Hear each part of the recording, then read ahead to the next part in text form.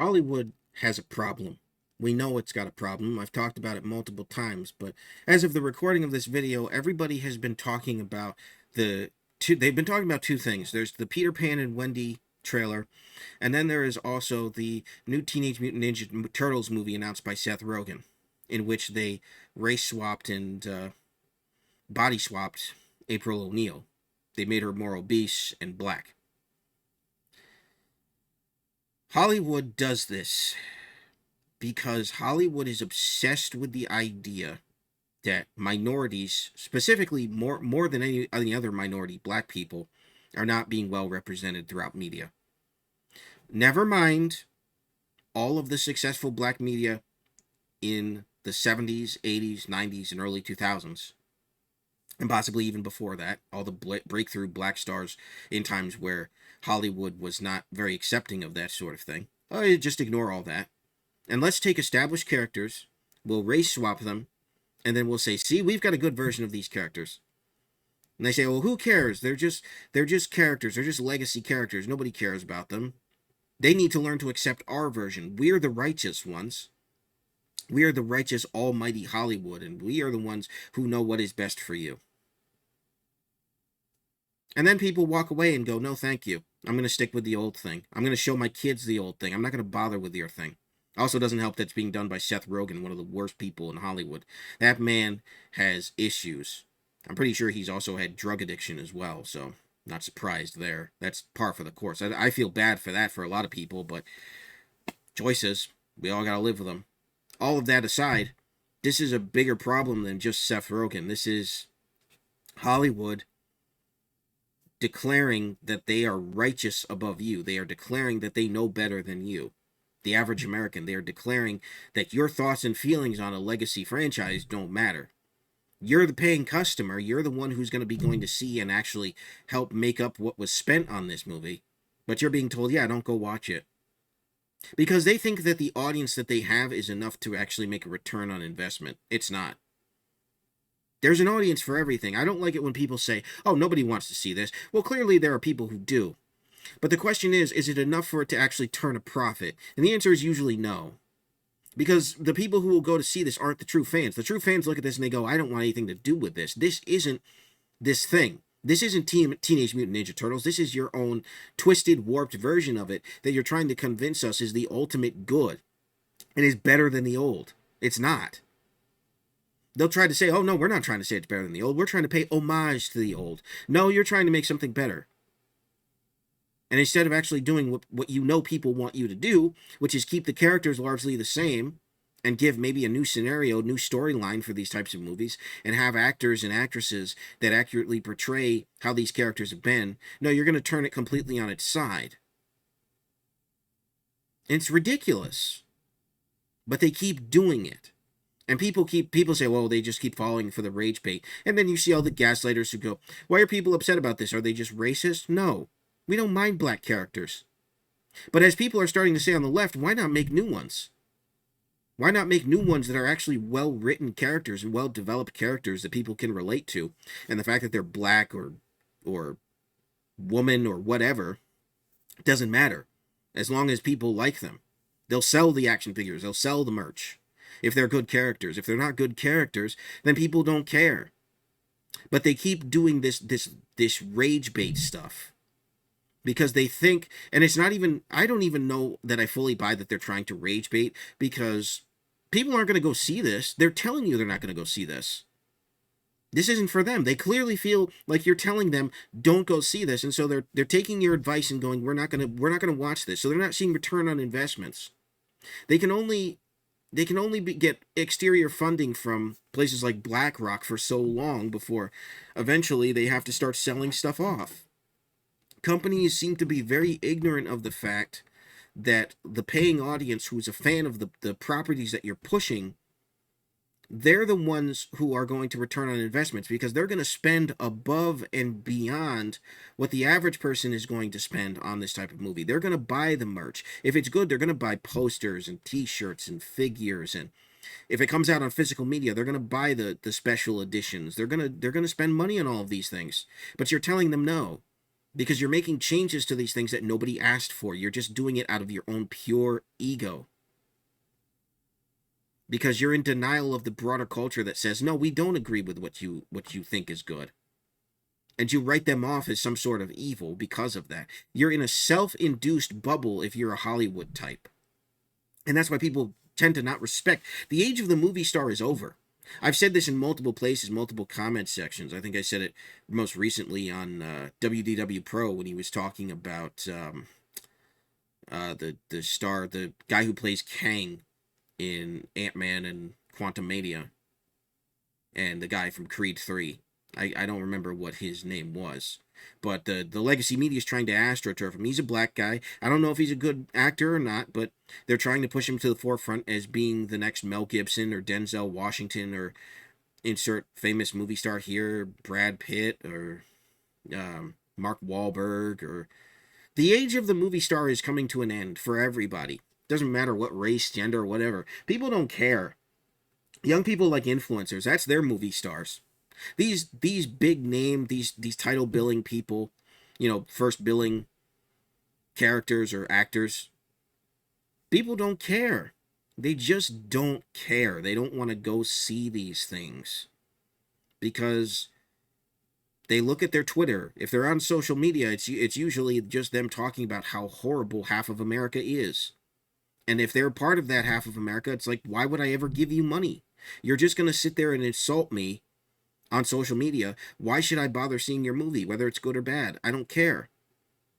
And Hollywood, for almost well over a decade at this point, doesn't seem to understand this. They keep doubling and tripling down. I've heard people say that the woke train is starting to end, that people are getting tired of it. Hollywood hasn't gotten that message, and they're usually slow to pick up on what people want anyway. But the amount of money that they're going to keep losing by doing what they're doing, what they did with Ninja Turtles, what Disney's done with Little Mermaid and Peter Pan, and who knows what else they've got down the pipe, and Proud Family. The one good thing that Disney did is their show called The Wonderful World of Mickey Mouse, which is based on the shorts that they had been putting on YouTube for several years. They basically took those shorts and put them into a full series. That's good. That is the best thing they've done. Why? Because as far as I've been able to tell, and I've watched through the seasons that are available, it's not political in any way that I can tell. It is just old-fashioned cartoon-style fun. There's no element to it. The only modernistic element to it is there's some things that they've clearly animated that they know are going to be memed, and so they're leaning into that. They're doing wacky faces and all this sorts of thing. But it's not obnoxious. It's still pretty well written. It's well voice acted. The new voice for Minnie Mouse is unbelievably good. Like, she's unbelievably good. You couldn't tell me in some lines that she's not Russie Taylor. May she rest in peace. But she's good. It's Caitlin something or other. I can't remember what her last name is. But that is the best thing that they have, and they're not capitalizing on it. It's just kind of sitting there. But everything else is just garbage because it's all ideology. It's all just filth. But Mickey Mouse is classic. Whoever's in charge of that, some of the writers, I think they did writing on some of the old classics. I think they, I don't remember which one it was. But actually, let me look up who this is, because this is the one good thing that I think Disney has done. And I trash Disney a lot because I don't like Disney. But I want people to know about this because I think this is genuinely good. You might not you might disagree. It might just be an issue of quality, but it's not political, which I think is a good start. Something being not political is a good starting point. At least people can explore it and make a quality judgment from there. A wonderful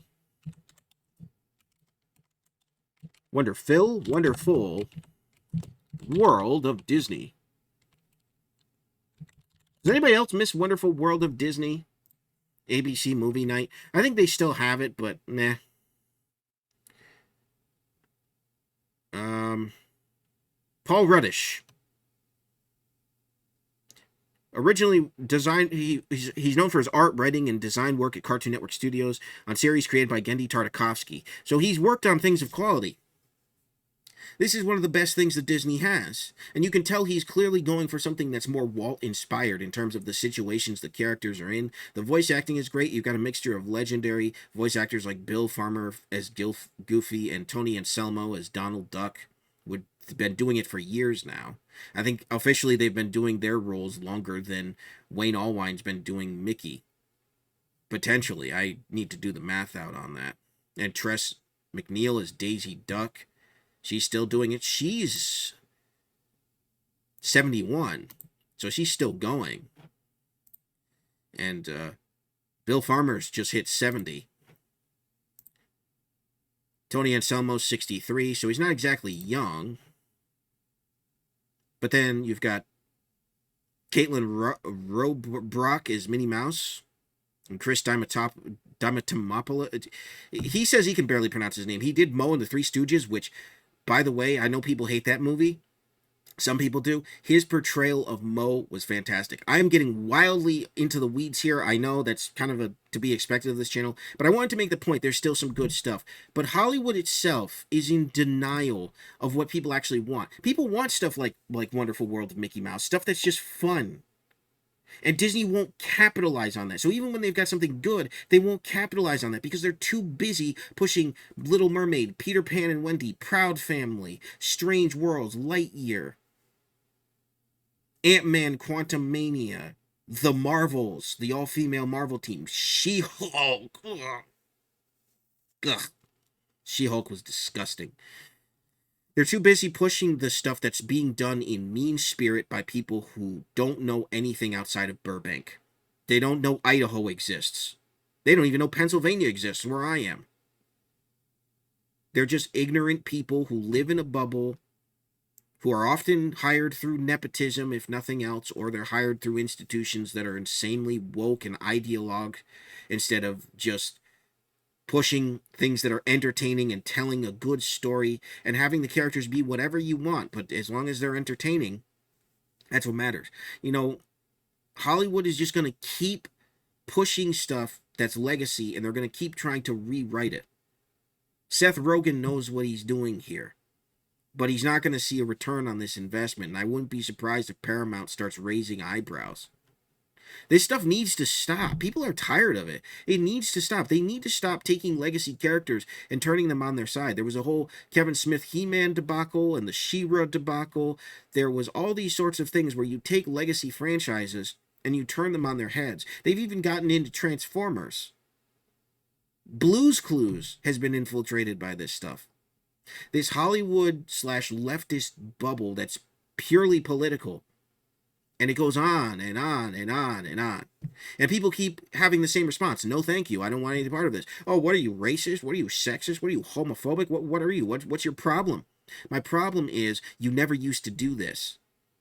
Well, so we're doing it now. It's a good thing. No, it's not a good thing.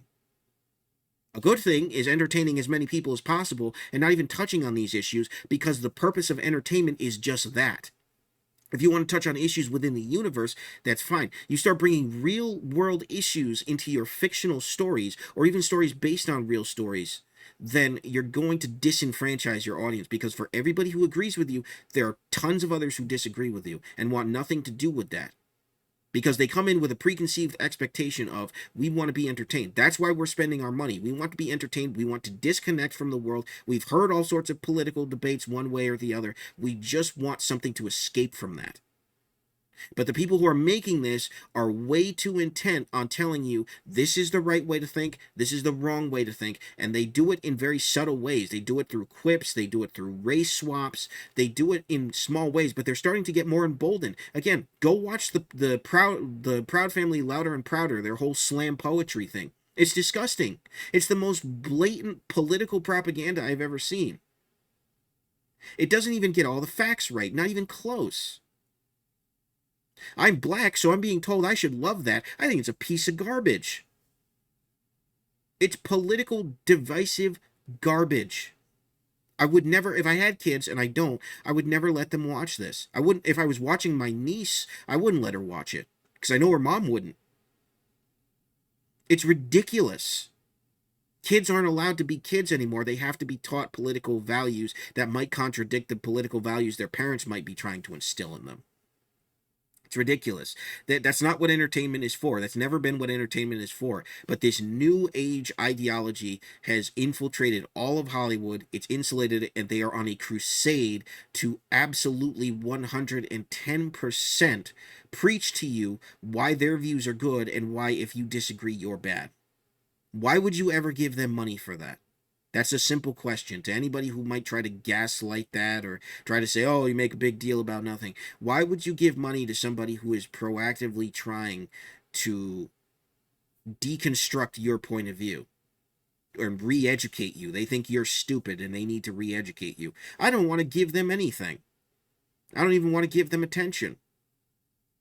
You know, as this keeps happening, plenty of people keep talking about it, and people who are in favor of this stuff that are happening keep saying the same things over and over again. They keep throwing the same insults. Oh, what are you? What are you, istophobic? What are you? What do you got against women and minorities? What have you got against progress? The same things over and over again, thinking that people have a problem with things that were once naturally occurring, and that they were too young or too stupid to realize what was going on in front of them. It's insulting. It's tiring. Entertainment has become a freaking chore because you have to sift through all of this if you want something new. I just as soon go back to old entertainment. As far as TV is concerned, I just watch the old networks. I watch Laugh. I watch My Network TV. I watch Antenna. I watch Me TV. I watch the stuff that's showing legacy programming. I go on Pluto TV and watch legacy content. I go on Tubi and watch legacy content. That's the closest I get to giving these studios money because it's stuff that they didn't make in the modern age. It's stuff that came from a time when, at least in my opinion, things were better, where they were trying to entertain. It doesn't mean they didn't talk about serious issues of the time, but they didn't dwell on it. It might have been one episode, one throwaway line. And they weren't telling you exactly how to think in many instances. They were just putting something out there and taking what was the popular view at the time. But what they're doing now is not even the popular view at the time. It's the most divisive view at the time. And they're trying to say, no, this specific view is good. You need to accept this way of thinking. Well, I can accept that you think a certain way, but I'm not going to agree with it. I don't agree with it fundamentally. I don't agree with half of the stuff that Disney, Warner Brothers, Paramount, Universal, Sony are pushing. And it, in turn, makes me more reluctant to even bother trying anything new. I don't even want to give it the time of day. Have you heard of this brand new sitcom? I love sitcoms, but I'm not interested. Because I know that somebody, based on ESG mandates and the modern social credit score system that's been adopted throughout Hollywood, they're going to try to make it ideological and political. And I'm just not interested in that. I want something like Home Improvement. It was the actress, what is her name, who played Jill in Home Improvement? Patricia Richardson. I watched an interview with her with E.T. from back when she was on Last Man Standing, when that was still running. And the interviewer asked her, he said, what made Home Improvement so good? And she said it was because it wasn't political. We didn't reference anything in the real world other than locations. We just had situations that were day to day, and the Taylors never watched really the news for anything. They never got into debates. They all dealt with insular problems within the family, within a traditional family, and people adjacent to that family. Whereas Last Man Standing did get political. It got political in the other direction, which some people might agree with. I agree with the politics that it was pushing. It was in response to the overwhelming wave of politics coming from the other side. But the consequence of that is that it is going to date the show, and it is going to degrade the show's quality over time. So I agree with that. I don't think stuff like that should be political one way or the other. I just understand why it was political in the other direction, because Tim Allen, like many of us, feels like it's only political in one way. So why can't you make something in the other direction? Well, because then the networks freak out, try to cancel the show, and all sorts of debacles happen because they're politically aligned with one side, and it's primarily the left or progressives or whatever you want to call it. So he does something that's more to the right, and people freak out because people on the left think that's all evil. And it's a mess. It doesn't need to be that way because it's entertainment. It's not supposed to be about your political values. It's supposed to be about a situation with family. It's a situational comedy. And Last Man Standing was good, but that's the one element of it that will often date it, and many people will go, why did they spend so much? Like I said, even if people agree with it, they'll say, why did they spend so much time making these jokes about politics? And they'll be like, because here's what happened. You'll have to explain to kids, here's what happened during this time. Hopefully this culture war is not still going on by the time they end up rewatching it at that point, but who knows what that'll be like. I have no idea. But this cultural bubble that Hollywood keeps pushing out to the rest of us and keeps trying to force the rest of us to get absorbed into is getting really annoying. I've made several videos why I don't watch certain new streaming shows, why I don't watch new movies and television, why I think new movies and television are essentially corrupt and messed up. It's because they keep time and time and time again pushing one political value, and they keep, and people say, well, you people make a big deal out of nothing. They're not really doing that. Okay, so they don't spend every episode preaching about it. They'll make an offhanded comment, or they'll race swap a character, or they'll bring attention to the fact that a character is a minority, way more than they need to. Okay, that guy's black. So, I'm black. I don't like bringing attention to the fact that I'm black because I frankly don't think it matters. Most people shouldn't think it matters. It's skin pigment. It's how you look. Don't know why I just did this. It's just visual aid, I suppose. It doesn't matter. Your skin color doesn't determine your values. It doesn't determine your culture. You are an individual. If you're born in the United States or any free or free adjacent country, what makes you you is the total sum of your values, who you are, your decision making, your core values, which a lot of people don't have core values anymore. They just have whatever is popular, whatever will get them attention. I was raised with a specific set of values, particularly Christian values, and that's what defines me. My love of God defines me. Doesn't mean it defines you, but it's what defines me. A lot of people are defined by something as just useless as skin color. It is literally just a human feature. But Koopa, at one point, black people were horribly oppressed, and we can't ever have that happen again. Well, I agree. Well, how do you avoid that? Well, you don't start by trying to push black people to the forefront and then lower white people. Because what's happening is that they're not just pushing black people to the front. If that was what was happening, okay, fair enough. You can do that. It might get a little annoying after a time because you're inferring that there's something extra special about somebody because of the race that they are. But what's also happening that is very disturbing and is causing actual racial tension is they're telling people that whiteness is bad. And they're saying that black people, including black people like me with traditional values, have whiteness. They're boiling traditional values and mindsets down to whiteness. It's disingenuous. It's disgusting. But it's happening over and over and over again. You watch with this Teenage Mutant Ninja Turtles thing and the Peter Pan thing. What is the number one defense they're going to come to? Oh, well, people who don't like it are just racist. They're just white. It's disgusting. It's absolutely disgusting. No, there's legitimate reasons people don't like what you're choosing to pass as entertainment. What you keep foisting on people who do not want it. It has not been, it's abundantly clear that people don't want this. That's why you see videos and articles and people talking about it. They're not whining about it. They're telling you, stop doing this. We don't care that you think this. Think this all you want, but stop messing and using legacy franchises to push what you want. We do not want it. Plain and simple. And I can only speak for myself and some others that I know who feel this way. But those of us who don't want it are telling you, stop it. Because not only is it making it so that we can't see it, and we don't want to, we have no interest, you're losing money because it's a majority of people who are done with this. Even people who agree with you are like, why are you doing this so constantly? Isn't there a way we can take a break from this and just have some fun? It's overly ideological. It's a mess, and it's ridiculous. It needs to stop, but they're going to keep doing it. And I'm here to tell you, no matter what happens after this video, because I guarantee you as more stuff gets announced throughout the year as far as movies and TV is concerned, they're going to keep doing this. They're going to keep pushing this. They're going to do a combination of things that are completely, or they would say are completely original, and they're going to take old stuff and they're going to redo it. They did Magnum P.I. They're doing True Lies.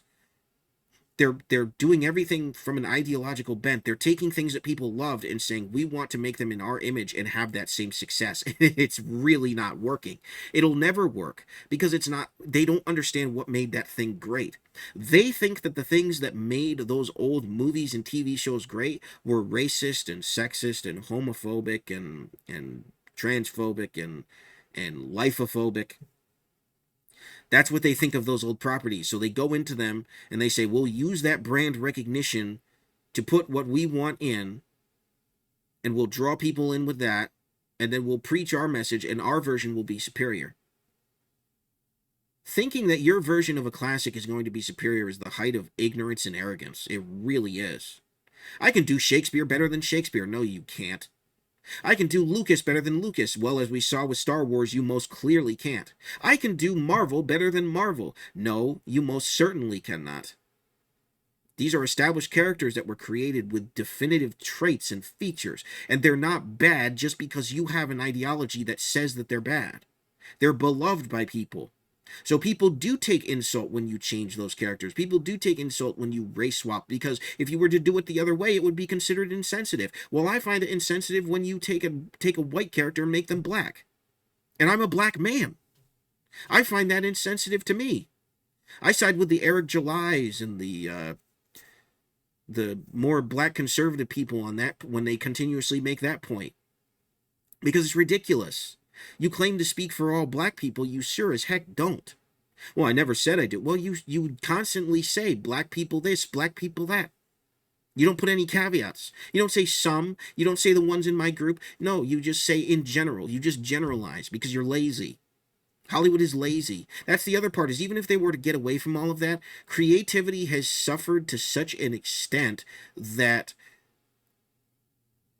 even if we get away from all of the political nonsense, you're still going to get stuff that's lower quality. Hollywood needs a complete top-down, just sort of rewrite, just sort of purge. They need to start bringing in people who have actual creative ideas. I've often floated the ideas of bringing back things that get people attention. You want to revive ABC? Bring back TGIF, and don't do it the half-hearted way you did in the 2010s. That was a failure. Bring in an actual block of programming that people want to see. Throw in a game show. Throw in several sitcoms that are more traditional that people want to see. People will talk about for years on end. Have interstitials and bumpers that are fun and engaging, and then put it all on streaming once it's done.